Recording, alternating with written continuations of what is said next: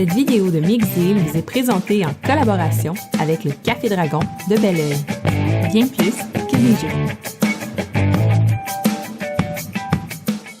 Il y a 10 ans, le monde des jeux de société moderne a été révolutionné par un jeu qui a réussi à faire clasher ensemble deux styles très différents. Le style euro, placement d'ouvriers, gestion de ressources, et le style Ameritrash. On se rentre dedans, on roule des dés, on fait des dégâts, puis on a du fun à déterminer qui va être le gagnant. Donc ce jeu-là, c'est Eclipse, qui a été publié par Lotapili.fi et qui a été écrit par Tuco Takokallio. Donc, c'est un jeu, en fait, 4X, qu'on appelle, en fait, parce qu'il permet d'étendre le territoire, d'exploiter les ressources, d'explorer, mais également d'exterminer la concurrence pour qu'il y ait seulement un gagnant qui va devenir la puissance galactique. Ce jeu-là, qui est sorti il y a 11 ans, a été acclamé, a gagné plein de prix et tout récemment, en fait, on vient de recevoir dans les boutiques la version retail parce que ça a été créé sur Kickstarter d'une deuxième édition de Eclipse. Donc, la première édition s'appelait A New Dawn for the Galaxy et la deuxième édition est Second Dawn for the Galaxy. Aujourd'hui, je vous donne mon review complet de la deuxième édition, mais également la comparaison entre les deux. Lequel est le meilleur? Si j'ai à n'en choisir qu'un, si je possède déjà la première édition, est-ce que j'ai besoin de celle-là? Et si j'en possède aucun, est-ce que j'achète celle-là qui coûte très très cher? Ou est-ce que j'achète celle-là qui a un prix vraiment abordable maintenant puisque tout le monde la vend pour acheter celle-là? Fait que je réponds à toutes ces questions-là et on commence ça tout de suite.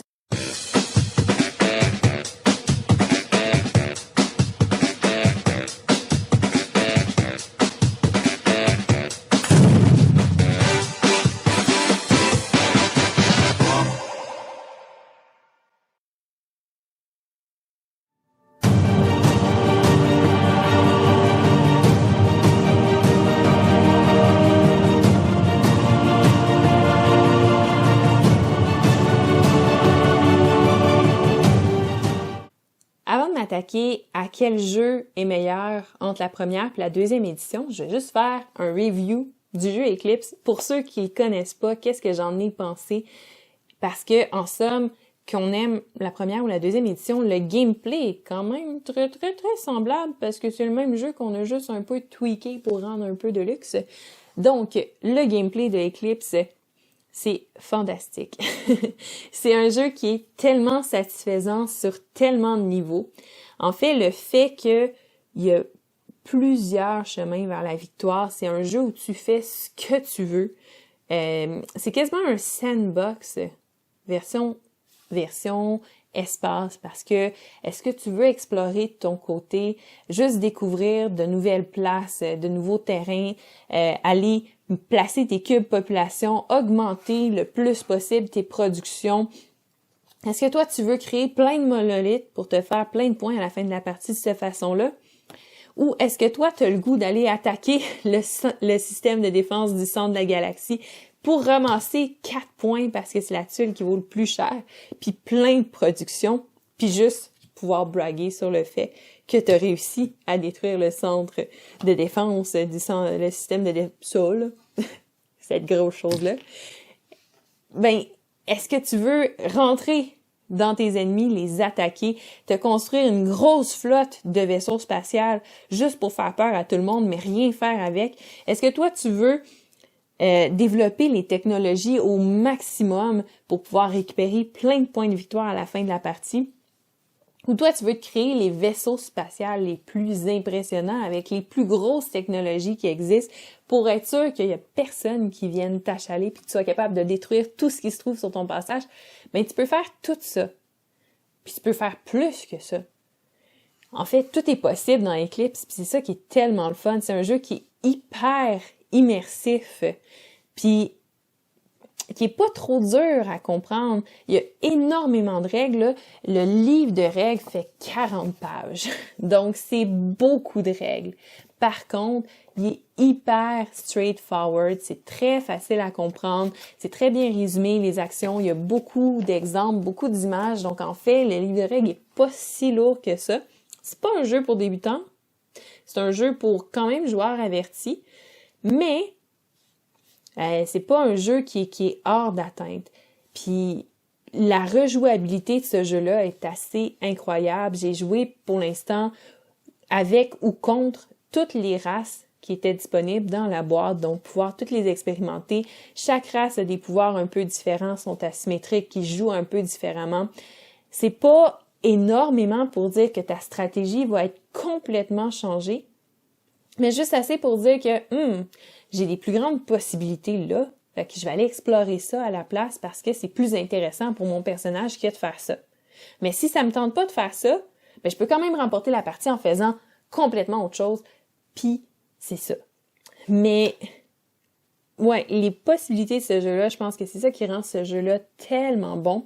Le fait que tu peux gagner la partie sans affronter personne, mais que tu peux grossir ta flotte de vaisseaux spatials pour la rendre la plus menaçante possible, pour qu'en fait, les gens n'aient vraiment pas envie de venir t'attaquer parce que tu fais peur, ben c'est vraiment le fun. Parce que là, ça fait une guerre froide entre tout le monde, parce que on sait pas, est-ce qu'on va s'attaquer, est-ce qu'on s'attaquera pas, est-ce qu'on fait une alliance ensemble, mais juste pour que je vienne te backstabber tantôt parce que tu m'as donné ce que je voulais, fait que là, c'est plus important pour moi. La tension qu'il y a dans le jeu, c'est vraiment le fun. Mais le côté satisfaisant de bâtir tes vaisseaux spatials, puis d'avoir la capacité de rajouter n'importe quoi là-dedans. C'est un magasin de plein de merveilleuses choses que tu peux mettre dans tes vaisseaux, puis il y a personne qui va avoir les mêmes vaisseaux à la fin de la partie. Il y en a un qui va s'être spécialisé dans les ordinateurs, puis les boucliers. Il y en a un autre qui va avoir des missiles à tout casser. Puis les vaisseaux vont peut-être être aussi bons, les deux, mais les possibilités sont infinies. Le fait que les technologies, ça soit pas les mêmes qui sortent à chaque fois, que tu en rajoutes au fur et à mesure de la partie, ça rend les tours tellement excitants parce que là, t'es comme, est-ce que ça vaut la peine que je passe mon tour plus rapidement, que je me coupe des actions pour être plus rapide, pour aller chercher des tuiles technologiques que je veux? Ou est-ce que, dans le fond, qu'est-ce que je vais faire à mon tour? Est-ce que j'achète plein de technologies pour être plus fort, pour avoir plus d'avantages? C'est infini. Puis là, t'en rajoutes le prochain tour, puis là, t'en as plein d'autres que tu veux. Puis de partie en partie, c'est pas les mêmes technologies qui vont sortir. Une partie, t'aurais tant besoin que cette tuile-là sorte, puis elle sort pas pantoute. La partie d'après, t'en as pas tant besoin, puis là, elle sort 4 fois. Fait que c'est ce genre de jeu-là. Mais bref, ouais, c'est ça. Côté production du jeu, côté qualité du matériel, je viens d'en parler en comparant les deux copies ensemble parce que c'est là vraiment où le jeu va aller shiner. Mais pour ce qui est de juste Eclipse en tant que tel, que ce soit n'importe laquelle des versions, c'est un jeu qui est incroyablement satisfaisant à découvrir. Il y a tellement de petites mécaniques intéressantes. Juste le fait d'explorer puis d'avoir des trous de verre sur tes tuiles de secteur, en fait, qui fait en sorte que si tu connectes ton trou de verre avec un autre trou de verre, ça fait en sorte que les tuiles sont adjacentes. Mais tu as des côtés où il n'y en a pas de trou de verre. Fait que là, à ce moment-là, tu peux choisir comment tu le places stratégiquement pour bloquer l'autre personne, faire « Ah oui, tu veux t'en venir vers moi, fait que moi, je vais explorer, puis je vais faire exprès de mettre un côté qui n'a pas de trou de verre vers toi, fait que ça va bloquer complètement l'accès à ma tuile. Tu pourras pas venir me rejoindre. » C'est... Bref. Je pense que je l'ai dit plein de fois, c'est un jeu que j'aime énormément. Fait que peu importe la version, que vous preniez la version 2e édition, ou vous prenez la vieille version d'Eclipse, qui est très très bonne elle aussi, ben les deux sont Mixed Deal Approved. Donc maintenant, reste à savoir laquelle est la meilleure entre les deux. C'est la question.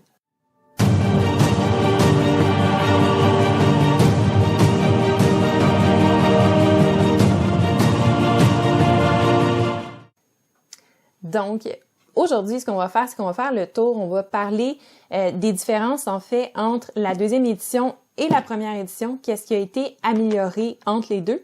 Ensuite, on va parler également de la différence entre la version retail, qu'on peut appeler du jeu, donc la version vendue en magasin, et la version que les gens ont reçue de Kickstarter, c'est quoi la différence? Qu'est-ce que vous manquez? Puis est-ce que c'est possible de récupérer ce que les gens ont eu que vous n'avez pas dans la boîte de base?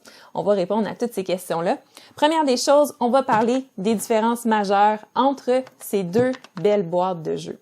Il y a plein de choses qui ont été changées. En fait, Eclipse Second Down, c'est vraiment un second down parce que ce qu'ils ont fait, c'est qu'ils ont pris les commentaires des gens dans les 10 dernières années. Ils ont regardé tout ce qui était un peu un irritant dans le jeu, ce qui était peut-être un peu moins bien balancé, mais aussi ce qui était très, très apprécié, non seulement du jeu de base, mais de plusieurs extensions qui ont été ajoutées dans la version Second Down. Ce qui veut dire que la version Second Down, en fait, contient beaucoup plus de choses qu'il y avait dans le jeu de base et va contenir des choses des autres extensions. Donc, on va regarder ça un peu. Donc, premièrement, les petites modifications qui ont été faites dans les règles, il y en a quelques-unes. Les plus simples, en fait, c'est que maintenant, les tours de jeu vont, en fait, il va y en avoir 8 plutôt que 9. Ce qui veut dire que la partie est un peu plus courte. Non seulement ça, mais ils ont rendu les règles un peu plus streamline pour que le gameplay soit plus fluide. La partie est plus courte, donc les tuiles ont été un petit peu modifiées pour être un petit peu plus payantes pour permettre justement de terminer la partie en 8 tours plutôt que 9. Donc ça, c'est un des changements majeurs qu'il y a eu. Les autres changements majeurs qu'il y a eu, entre autres, par exemple, il y a le fait que quand on fait des alliances avec d'autres races, d'autres joueurs, en fait, avant, on ne pouvait pas passer à travers leur territoire, sinon c'était considéré comme un acte d'agression et on se récupérait tout de suite la tuile traite. Dans la deuxième édition, ils ont modifié cette règle-là pour qu'on soit capable, en fait, de passer quand même à travers les territoires ennemis sans créer ce problème-là. Donc, ils ont aussi réglé d'autres points de règle. Je ne rentrerai pas dans tous les détails, mais en fait, tous les points de règle qu'ils ont réglés, en fait, c'était pour rendre le jeu beaucoup plus fluide, beaucoup plus streamline et facile à apprendre. Mais ils ont aussi rajouté plusieurs choses. Donc, si on va dans le gameplay, dans ce qu'ils ont rajouté, ils ont rajouté les technologies rares. Donc, en plus d'avoir beaucoup plus de technologies qu'il y avait à la base dans le jeu, parce que maintenant, il y en a beaucoup plus parce qu'ils en ont rajouté des extensions dans le jeu de base. Ils ont rajouté aussi les technologies rares qui n'étaient pas présentes dans le jeu de base. Ils ont également ajouté tout plein d'améliorations de vaisseaux supplémentaires, donc il y en a beaucoup plus, donc beaucoup plus de choix. Entre autres, c'est juste pour n'en nommer qu'un, on a rajouté les technologies qui vont permettre d'avoir des dés bleus, ce qu'on n'avait pas dans la version de base de Eclipse. À part de ça, ils ont rajouté aussi un module qui permet de se transporter à travers des portails, ce qu'il n'y avait pas non plus dans le jeu de base. Ils ont rajouté également une mécanique qui permet, selon les races, d'avoir différentes quantités d'activation par action. Donc, plutôt que de décider que, par exemple, le déplacement permet de déplacer 3 vaisseaux ou que le fait de faire une action d'influence va permettre de faire 2 influences, chaque race a sa capacité spéciale, donc a certaines actions qui vont avoir plus d'activation versus d'autres races qui vont en avoir moins pour certaines actions. Donc, ça rend l'asymétrie entre les personnages beaucoup plus grande. Fait que ça, c'est juste une partie du gameplay qui a été modifiée. Une autre chose importante qui a été modifiée, je devrais dire, dans le jeu, c'est que maintenant, la première personne qui va passer va récolter le premier joueur, mais en même temps, va se remporter 2 crédits. Donc, il y a un avantage plus grand maintenant à passer son tour. Donc, il y a plein de petits twerks comme ça qu'ils ont fait dans la version d'Eclipse, la nouvelle, et qu'il n'y avait pas dans l'ancienne. Et ils ont fait aussi plein d'améliorations physiques du jeu. Donc, quand je disais qu'ils ont rajouté des extensions dans Eclipse, ils ont également rajouté quelque chose d'important. Ils ont rajouté tous les vaisseaux de Ship Pack One. Donc, pour ceux qui avaient cette extension-là, c'est cette extension-là qui rajoutait tous les vaisseaux des aliens. Donc, les vaisseaux différents pour chaque race. Parce que dans le jeu de base d'Eclipse, il y a seulement des vaisseaux de couleurs différentes, mais toutes de même forme, tandis que là, les formes sont différentes. Donc, dans la deuxième édition, on s'entend, les miniatures sont plus belles, mais le format, c'est vraiment celui de Ship Pack One. Donc, ils ont vraiment juste gardé ce format-là et ils l'ont modifié. Autre chose qu'ils ont modifié, en fait, un peu tout. Hein, c'est vraiment une version 2.0, fait que l'art, si on regarde juste la boîte de jeu versus l'autre, a été modifié. Mais également, ils ont permis d'avoir plus de miniatures en jeu. Entre autres, les monolithes ont été faits en miniature, ce qui est vraiment très joli. Les orbitales également.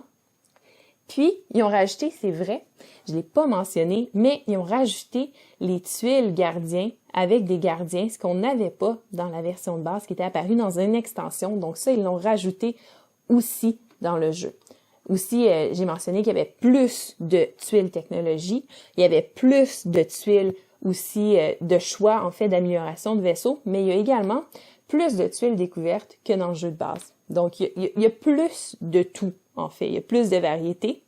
Et il y a des vaisseaux maintenant pour représenter justement les gardiens, mais également pour représenter les anciens. Donc, juste ça, et le fait que le centre de défense, le système de défense du centre de la galaxie maintenant est une géante miniature qui est fantastique et vraiment très jolie, qui rajoute une présence sur la table assez incroyable. Ben, mettez tout ça ensemble et ça fait une version hyper de luxe du jeu. Donc, la présence sur la table est fantastique. L'art sur les tuiles a été complètement redessiné, complètement revu. Et maintenant, en plus, tous les petits détails, comme par exemple les trous de verre, tout ça, sont luisants, donc sont brillants en fait. Donc, c'est vraiment très, très, très beau. J'ai rien à redire sur l'art de tout ça. Dans Eclipse, première édition, on avait du matériel qui était en bois. Maintenant, on est rendu avec du matériel en plastique pour chaque joueur. Donc, autant ces disques d'influence que ces cubes de population sont en plastique.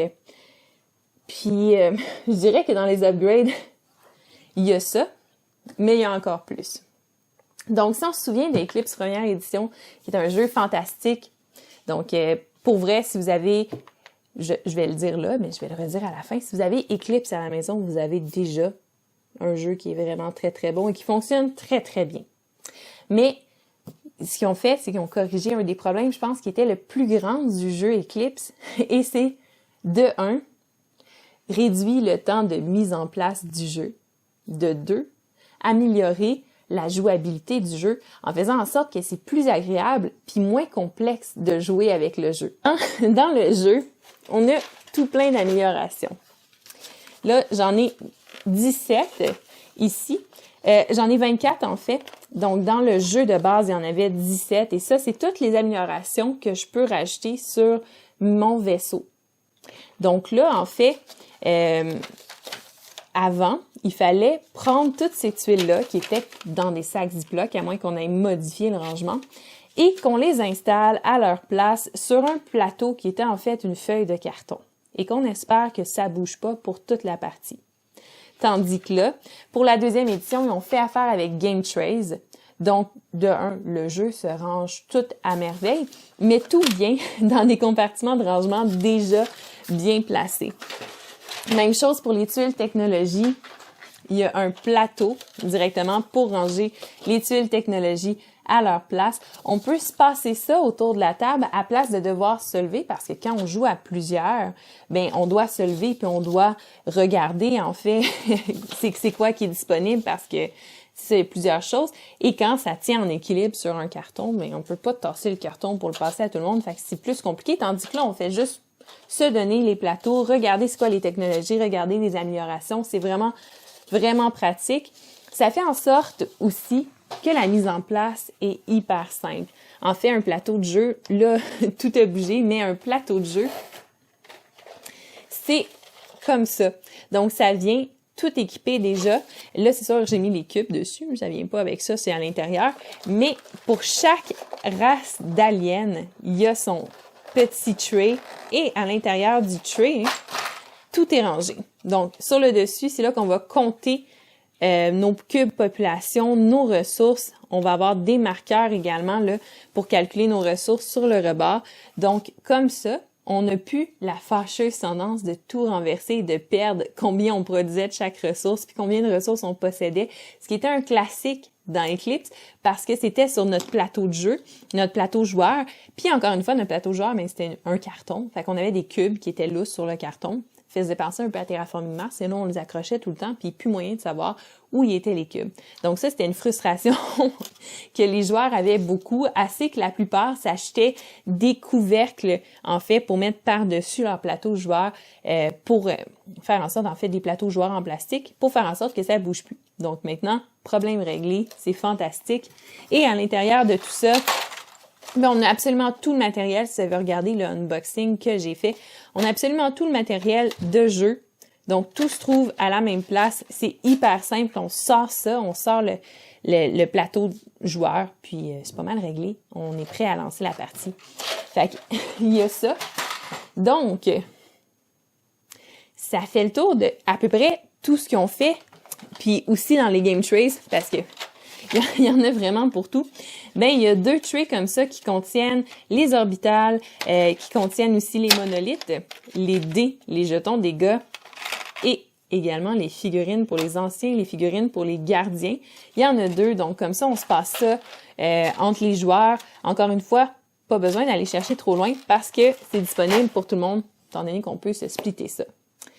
À part de ça, il y a tellement de choses qu'ils ont rajouté que là, j'ai comme peur d'en oublier. Ils ont rajouté aussi le fait d'avoir des plans comme ça pour autant les gardiens, les anciens, que pour le SDCG. Ça ici. Donc, en fait, le fait qu'ils ont rajouté des plans comme ça permet d'avoir une variabilité parce que dans la boîte de base, on a également des plans un peu plus complexes. Donc, quand on est rendu meilleur, on peut jouer avec des NPC qui sont plus forts, ce qui est vraiment intéressant.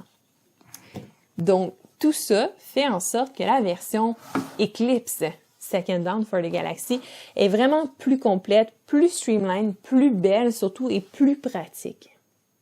Mais ça n'empêche pas que la version d'Eclipse, là, la version française, quand on regarde en magasin, coûte autour de 200 $.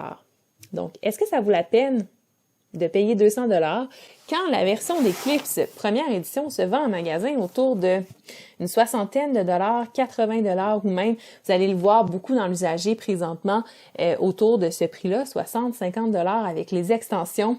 Si on a tout, est-ce que ça vaut la peine d'avoir la deuxième édition ou pas? Ça, c'est la question qui tue, qu'on va répondre. Mais avant ça, je vais vous parler de qu'est-ce qu'il y avait dans la campagne Kickstarter que vous aurez pas si vous achetez la boîte Eclipse en magasin. Donc, j'ai pas la version Kickstarter, j'ai la version magasin, ce qui fait en sorte, je vais tasser la boîte encore parce que faire de la place. Fait que, ce qui fait en sorte qu'il manque quelques petites affaires. Mais en fait, dans la version Kickstarter, la boîte de base, pour ceux qui ont juste acheté cette boîte-là, vous avez exactement la même chose. En fait, la compagnie a dit, nous, on fera pas d'exclusivité sur Kickstarter. Tout ce qu'on va créer va être disponible pour les gens. Mais pourquoi à ce moment-là, il y a des gens qui ont des choses que vous avez pas? C'est qu'il y avait une extension qui était possible d'acheter sur Kickstarter qui s'appelait Words A4.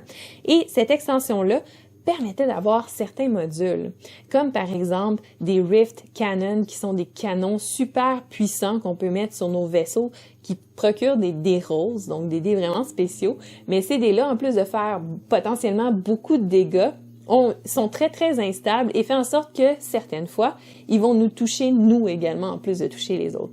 Fait que ces vaisseaux-là, par exemple, pas ces vaisseaux-là, mais cette amélioration de vaisseau-là est disponible dans l'extension. Ce qui était disponible aussi, c'est que vous allez remarquer que sur les frégates et les croiseurs, il y a des petits trous en arrière, ce qu'il n'y avait pas dans Ship Pack One. En fait, c'est pour permettre, si vous avez vu des images d'Eclipse sur Internet, c'est pour permettre que les vaisseaux tiennent dans les airs, ce qui améliore encore plus la présence sur table et le fait que le jeu est beau puis que ça fait wow qu'on joue. Mais ça, c'est pas présent dans la boîte de base. C'était encore une fois dans cette boîte-là.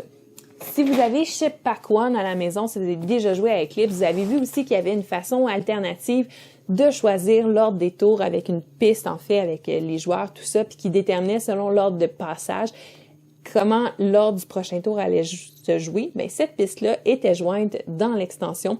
Il y a également d'autres tuiles technologie, d'autres tuiles découvertes qui étaient disponibles. Il y a également les événements galactiques qui étaient disponibles Il y a également les Forgotten Spaces, je pense, quelque chose comme ça, qui sont des façons de faire des alliances avec des NPC plutôt qu'avec d'autres joueurs. À part de ça, il y avait un score pad, donc une façon d'écrire notre score qui était disponible, un aide de jeu pliable. Puis, je pense que ça fait pas mal le tour des dés supplémentaires. Je pense que ça fait le tour. Mais tout ça a pas de l'air si pire que ça quand on pense à tout ce qu'il y a déjà dans la boîte. Mais si vous êtes comme moi, puis vous êtes un peu collectionneur, vous vous dites « Ouais, c'est un peu plate parce que moi, on dirait que je veux tout ça. » Puis là, le fait de savoir qu'il y a des gens qui ont ça à la maison, mais moi, je l'ai pas, c'est un peu choquant. De moi de vous répondre que la compagnie, donc qui est lotapelli.fi, ont un site Internet où ils vendent directement les choses. Et sur le site Internet, toute pratiquement de cette boîte-là est disponible. Il y avait même un playmat que vous pouviez acheter et ce playmat-là est disponible sur ce site Internet-là. C'est sûr que présentement, étant donné qu'il est rentré en boutique, il y en a beaucoup qui sont out of stock, mais j'ai écrit personnellement à la compagnie et ils m'ont répondu qu'ils vont faire de la réimpression cet été. Donc, tout ce qui n'est pas disponible maintenant va être disponible durant l'été. Et ce qui n'est pas encore disponible de la boîte d'extension du Kickstarter va être disponible d'une certaine façon. Ils ne savent pas encore comment, mais ils vont rendre ça disponible aux gens. Non seulement ça, mais on leur a posé la question, est-ce que vous avez l'intention de créer des extensions pour Eclipse? Est-ce que vous créez juste la boîte de base, puis ça va être pas mal ça? Ou est-ce que le jeu va avoir en continu, comme Eclipse l'a eu, certaines boîtes de grosses extensions? Et en fait, ils ont effectivement l'intention de créer des extensions pour Eclipse. Donc, il y a des boîtes qui vont s'en venir, qui auront probablement pas rapport avec les extensions qu'on connaît, puisque les modules préférés des gens ont été ajoutés, soit dans la boîte de base ou possible de commander sur leur site. Donc ça, dans le fond, c'est vraiment le fun. Bref, ça donne juste vraiment hâte de voir avec quoi ils vont venir. C'est sûr qu'on n'a pas les races d'aliens supplémentaires. Il y en a 6 dans la boîte de base, les mêmes 6 qu'il y avait dans Eclipse. Donc, il n'y a rien qui change là. On n'a pas les nouveaux qui étaient présents dans les extensions. Donc ça, j'imagine que ça va faire partie des extensions qui vont faire d'Eclipse. Mais dans les changements, dans ce qui est disponible, version Kickstarter versus boîte de base, ça vous donne un peu une idée de ce qui a été ajouté, de ce qui est disponible, puis de ce que vous pouvez avoir pour le jeu, puis ce qui s'en vient dans un futur. Fait qu'à partir de là, la réponse à la question entre les deux, si vous avez Eclipse, est-ce que ça suffit? Est-ce qu'on a besoin de celui-là? Lequel on choisit? Parce que quand même très cher, 200 $. À ce moment-là, moi, je vous dirais que parce que le jeu, si on enlève tout le côté plastique, parce que je sais qu'il y a beaucoup de gens pour qui c'est pas important, si les mécaniques du jeu sont là, puis que le jeu est bon, puis Eclipse est très très bon, les gens sont satisfaits. Moi, je pense que le plus gros argument de vente pour acheter celui-là, surtout quand vous possédez déjà Eclipse avec les extensions, c'est le fait que, de un, il y a plein de choses qui ont été modifiées. C'est sûr que quand on joue à Eclipse, on ressent pas nécessairement que ce jeu-là a besoin d'avoir autant de modifications, mais une fois qu'on a essayé la version polie un peu du jeu que tous les coins ont été bien polis, que tout est rendu vraiment fluide, on se rend compte que ça fait vraiment du bien. Donc ça, c'est un gros avantage, je dirais, mais le plus gros, c'est l'insert, c'est les game trays qui font en sorte que c'est ô combien plus le fun à jouer. Parce qu'Eclipse, moi, c'était pas un jeu que je sortais vraiment souvent, parce que d'un, les parties étaient longues. De deux, la mise en place était complexe. Ranger également. C'est quasiment aussi long jouer la partie que de ranger et sortir le jeu. Puis là, il y avait tout le temps le problème de « Ah, je viens de tasser les cubes sur mon plateau joueur. Là, je sais plus où je suis rendu dans ma production. Là, je vais chercher une carte technologie. Je renverse toutes les améliorations de vaisseaux sur le plateau. » Donc, toutes ces manipulations-là qui étaient longues, qui étaient pénibles, ont toutes été arrangées. Puis, ça fait en sorte que quand on veut jouer à Eclipse, la mise en place prend littéralement quelque chose comme 5 minutes. Et ranger le jeu après prend peut-être un 7 minutes. Gros maximum. Puis c'est le fun à faire en plus, parce que là, tout a sa place. Donc, c'est quasiment plaisant, ranger et sortir le jeu. Moi, c'est les deux plus gros avantages. C'est sûr que vous me connaissez. J'aime ça, les figurines. Fait que le fait d'avoir plus de plastique, plus de présence sur la table, que ça soit beau, qu'on ait cette grosse figurine-là au centre du plateau, qu'on ait les monolithes, les orbitales, les vaisseaux, que tout soit en plastique beau, qu'on ait les vaisseaux de Chip Pac-Man inclus, ça me rend heureuse. Fait que bref, pour toutes ces raisons-là, je trouve que ça vaut la peine d'aller avec celui-là. Aussi, le gameplay à deux est amélioré. C'est sûr qu'en ce moment, hein, on joue plus à deux. Veux pas. Eclipse, A New Dawn for the Galaxy, je le sortais pratiquement jamais à deux parce que je trouvais qu'il manquait peut-être un petit quelque chose. Puis aussi que c'était beaucoup de trouble pour jouer à deux, hein, beaucoup de trouble de sortir le jeu puis de le réarranger. Tandis que lui, vu que ça prend pratiquement aucun temps pour mettre le jeu en place, la partie est hyper rapide, hyper fluide et même si on n'a pas le gros affrontement, qu'on n'a pas la partie pas politique, là, mais un peu gestion de savoir, OK, je fais une alliance avec toi, est-ce que tu vas me trahir? Est-ce que c'est moi qui te trahis en premier? Qu'est-ce qu'on fait? Même si on n'a pas cet aspect-là à deux, ça reste que c'est un jeu 4X hyper intéressant. On peut ne pas s'affronter de toute la partie puis avoir beaucoup de plaisir, puis c'est ce qui rend Eclipse aussi bon. Donc, pour toutes ces raisons, moi, j'y vais à 100% avec la nouvelle édition parce que juste, wow! Si vous voulez une version de luxe satisfaisante d'un jeu où vous aurez absolument rien à pimper dans le jeu parce que tout a été pimpé pour vous déjà à l'avance, c'est Eclipse. C'est sûr que c'est un gros investissement. Mais moi, mon choix s'arrête vraiment sur Eclipse Second Dawn for the Galaxy. Un gros mix deal approve pour ce jeu-là. Mais quand on parle d'un jeu 4X épique de guerre intergalactique, un space opéra comme on les appelle en anglais, les gens, quand je vous dis ça, il y a certaines personnes qui pensent à Eclipse, mais il y a beaucoup de gens qui vont penser à Twilight Imperium, 4e édition, lui aussi qui a été un pimpage d'un jeu qui existait déjà et qui a beaucoup d'amour qui a été mis dans la production pour en faire une version également de luxe. Donc les gens m'ont demandé, en tout cas, j'ai reçu des messages pour savoir, oui, mais là, Eclipse, là, puis Twilight Imperium, c'est pas la même chose? Et la réponse à cette question, c'est oui, mais non. Mais oui, mais non. Donc là, la question qui tue, c'est savoir, parce que là, on a déterminé que la première édition versus la deuxième, je choisis la deuxième n'importe quand, malgré le prix. Là, on a un jeu à 200$. Ici, on a un jeu à 150$, donc il est moins cher que Eclipse. Lequel on choisit? Si on a à en choisir juste un entre les deux, lequel est meilleur? C'est quoi les différences entre les deux? Est-ce que Eclipse, c'est juste une version plus approchable de Twilight Imperium? Est-ce que quand tu as Eclipse, tu n'as pas besoin d'avoir Twilight Imperium? Fait que je vais répondre aussi à cette question-là la semaine prochaine, en plus de publier la vidéo règle.